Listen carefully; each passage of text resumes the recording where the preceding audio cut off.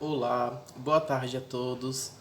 Hoje estamos na nossa segunda aula desta semana da nossa disciplina de Matemática 1, onde vocês irão resolver as atividades das páginas 169 até a página 175 e também iremos iniciar a correção das páginas para a finalização do nosso módulo 2, certo? Então, de início, nós iremos corrigir da página 193 até a página 195. Na nossa próxima aula, nós terminaremos a correção, né, e assim finalizaremos o nosso módulo 2. E vocês irão resolver as atividades das páginas 169 até a página 175. Pessoal, a nossa primeira questão, na página 193, ela diz que, de acordo com a quantidade de faces, escreva o nome de cada poliedro a seguir. Nós estudamos lá nas formas geométricas, né, que de acordo com a quantidade de faces, o poliedro ele recebe uma classificação. No caso do item A, nós temos um poliedro de 6 faces, que é um hexaedro. Na B, temos um octaedro, que é um poliedro de 8 faces. Na C, nós temos um tetraedro, que é um poliedro de 4 faces. No item D, nós temos uma forma geométrica que é um dodecaedro. No item E, temos um hexaedro. E no item F, temos um icosaedro, certo? Ainda na página 193, nós temos a questão 2, que pede para classificar cada figura geométrica espacial a seguir em poliedro ou não poliedro. Sabemos que os poliedros são aquelas formas que têm o contorno plano, né? São formas geométricas planas. Os não poliedros têm o contorno arredondado. Então, com isso, no item A nós temos um poliedro, né? Ou melhor, vamos classificar quais são poliedros. No caso, o item A, o item B é um poliedro, o item E também é poliedro e o item H, certo? Esses 4 itens nós temos figuras geométricas que são poliedros, certo? Os demais, como possuem um contorno arredondado, não são totalmente planos, são não poliedros. No item C temos um cone, que é um não poliedro. Na D temos uma esfera, que é um não poliedro. No item F temos um tronco de cone, que é um não poliedro. E no item G temos também um não poliedro. Temos aí a metade de um cilindro, certo? Na página 194, nós temos a questão 3.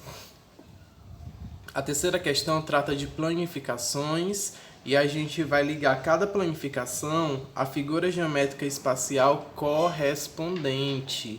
É isso que nós iremos fazer na questão 3. Na questão 3, galera, o objetivo da nossa aula de hoje é iniciar a correção das atividades de finalização do nosso módulo, certo? Então, vocês estão vendo aqui conteúdos também que são da Matemática 2, mas o nosso intuito hoje é fazer a correção de modo que a gente finalize esse módulo. Hoje nós iniciaremos, na próxima aula a gente vai continuar e assim finalizar, correto? Na página 194, questão 3, como eu disse antes, a gente vai ligar cada planificação à sua respectiva forma geométrica. O item A, ele corresponde à primeira forma geométrica, certo? O item B, ele corresponde à quarta forma geométrica, que é uma pirâmide quadrangular. O item C corresponde à terceira forma geométrica, né? Temos aí um prisma oblíquo. O item D corresponde à última figura, né? Temos aí uma pirâmide triangular. E o item E corresponde à segunda figura, um prisma de base pentagonal.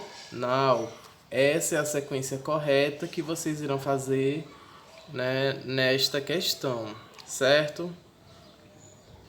Pessoal, ainda na página 195, nós temos a questão 4.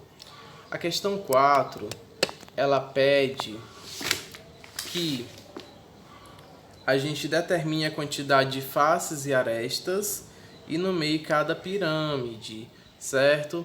Ó, a quantidade de faces da pirâmide é a mesma quantidade de vértice.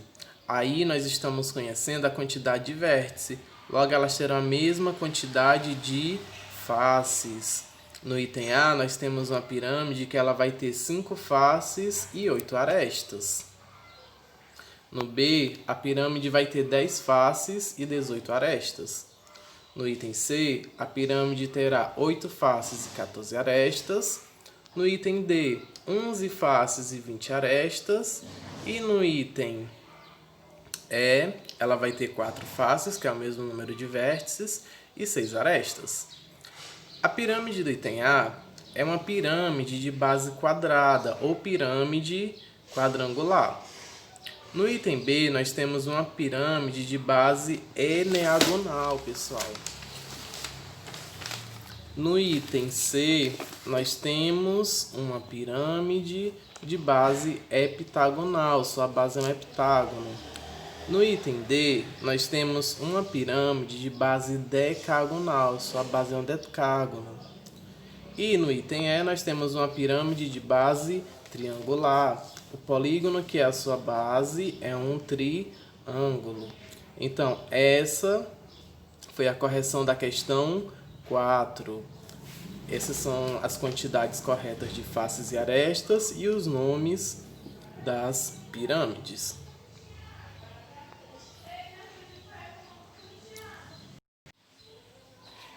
Gente, na página 195 também temos a questão 5, que ela pede para determinar a quantidade de vértice, aresta e face de cada uma das figuras geométricas espaciais, certo?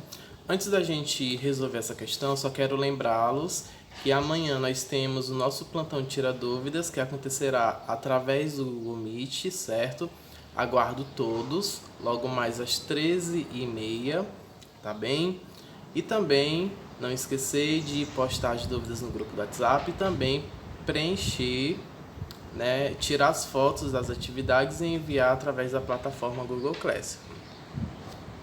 Então, o primeiro poliedro, ele possui 16 vértices, possui 24 arestas e possui 10 faces. Os vértices são as pontas da figura. As arestas são as linhas que formam o contorno da figura, certo? E as faces são as suas laterais, não é isso? São todos os seus lados, né? As suas faces. No item B, nós temos um poliedro que tem 10 vértices, né? Tem 10 pontas, possui 20 arestas, né? Suas linhas que formam o contorno da figura, e possui também 12 faces, certo? Então, item A, 16 vértices, 24 arestas e 10 faces. O item B, 10 vértices, 20 arestas e 12 faces. Correto? Ainda na página 195, nós temos a questão 6. A questão 6, ela diz que em cada item você vai completar a reta numérica com os números das fichas. No item A, nós temos as fichas 3, menos 4, menos 8, 5 e menos 5. Na matemática 1, nós estudamos que no lado esquerdo do número 0 são os números negativos e no lado direito são os positivos. Então, aí tem a orientação do número 0, menos 1 e menos 7. Após o menos 7, nós temos o número menos 8. Né? Antes do número menos 7, nós temos o número menos 5. Antes do menos 5, nós teremos o número menos 4. Em seguida, nós completaremos com o número 3 no lado positivo e com o número 5. Né? Essa é a sequência onde vocês irão dispor os números das fichas na reta numérica indicada no item A da questão 6. No item B, nós temos 5 fichas com os números menos 25, 2, menos 3, 11 e menos 1. Na reta também nós podemos observar que está orientada com os números menos 7, menos 16 e menos 19. Vejam, do menos 16 para o menos 19 passaram-se 3 unidades. Então, nós iremos completar com o número menos 25. Observem, eu estou colocando uma seta para dizer exatamente em qual pontinho, em qual tracinho você vai localizar esse número. Em seguida, o número menos 13, observem a seta para localizar esse número, né? Observar em que pontinho está localizado este número. Depois, o menos 1, né? Observem. Em seguida, o número 2 e depois o número 11. No item B, eu fiz a disposição desses números e indiquei a setinha para dizer exatamente em qual tracinho está localizado esses números, para que vocês não tenham dúvidas na hora de conferir as suas respostas, certo? Não esquecendo que essa atividade é de finalização das questões do módulo 2, né? É muito importante que a gente resolva todas as questões do módulo, né? Todas as questões sugeridas.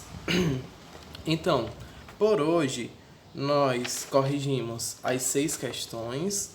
Para a próxima aula, nós iremos corrigir da página 196 até a página 200, certo?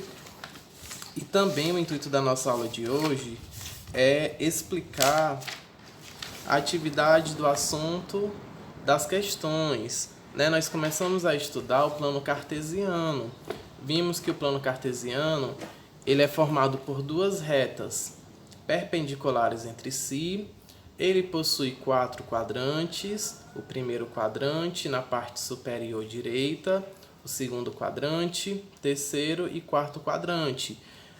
Nesta questão 1, nós podemos observar que os pontos A e B estão no primeiro quadrante, os pontos C e D estão no segundo quadrante, o ponto E está no terceiro quadrante e os pontos F, G e H estão no quarto quadrante. Então, vimos que o plano cartesiano ele é formado por esses 4 quadrantes. A reta horizontal, né, representa o eixo X, certo? Né?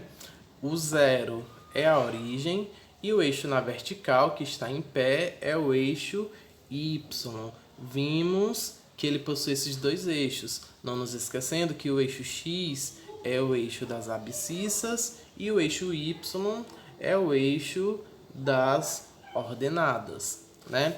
Vimos que cada ponto que está no plano cartesiano, ele forma um par ordenado, não é isso? Que é um número que está no eixo X mais um número que está no eixo Y. Por exemplo, nessa questão 1, o ponto A está localizado no primeiro quadrante.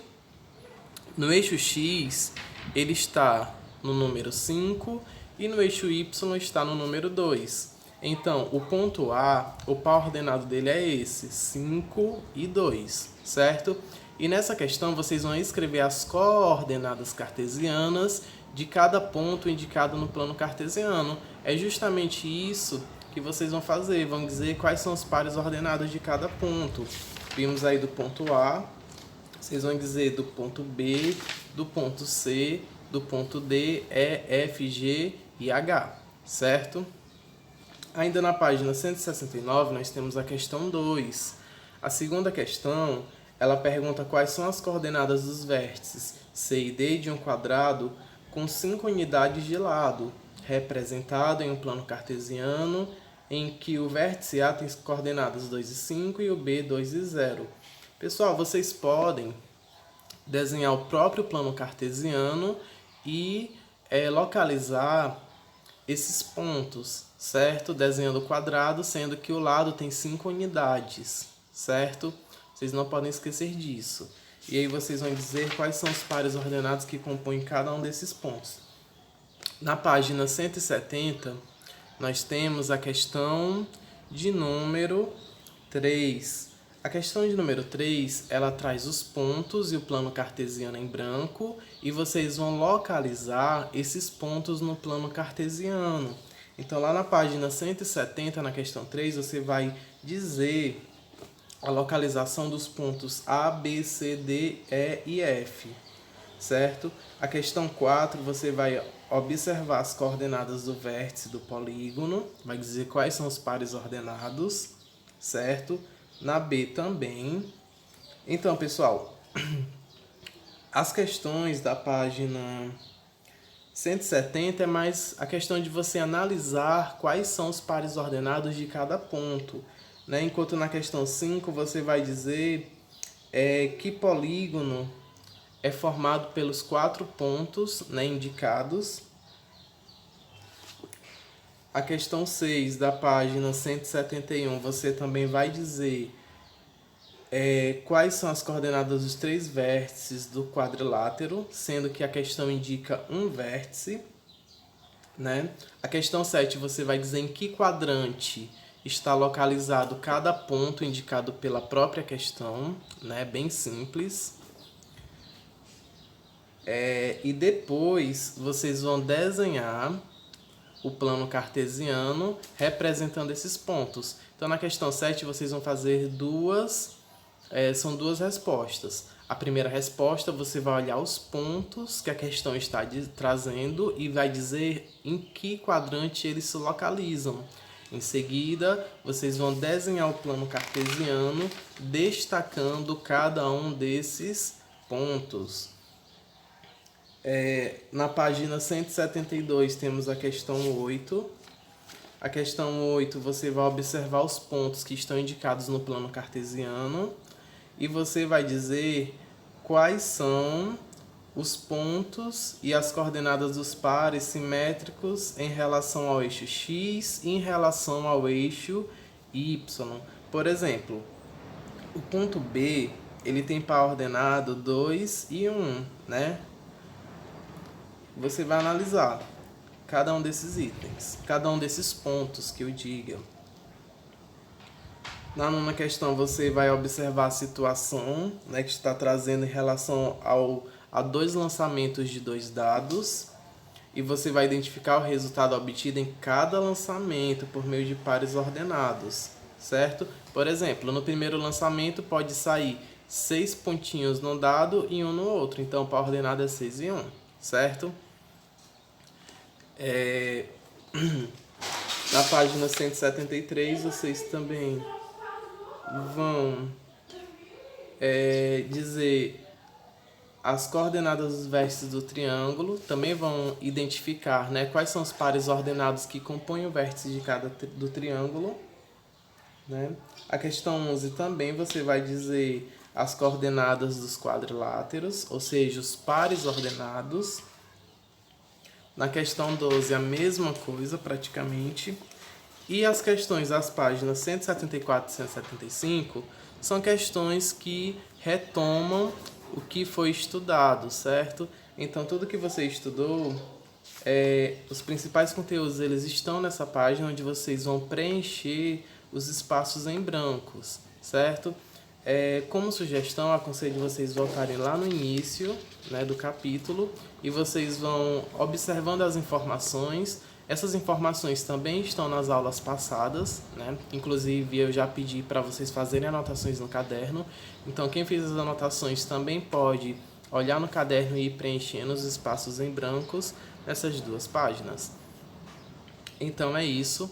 Eu aguardo vocês amanhã no nosso aulão através do Google Meet, né? O nosso plantão de tira dúvidas, que acontece a partir das 13h30. Conto com a presença de todos, né? E qualquer dúvida, também temos o grupo do WhatsApp para socializar essas principais dúvidas, tá bem? Assim a gente finaliza a nossa segunda aula dessa semana na disciplina de Matemática 2. Eu agradeço demais a atenção de todos. Meu muito obrigado.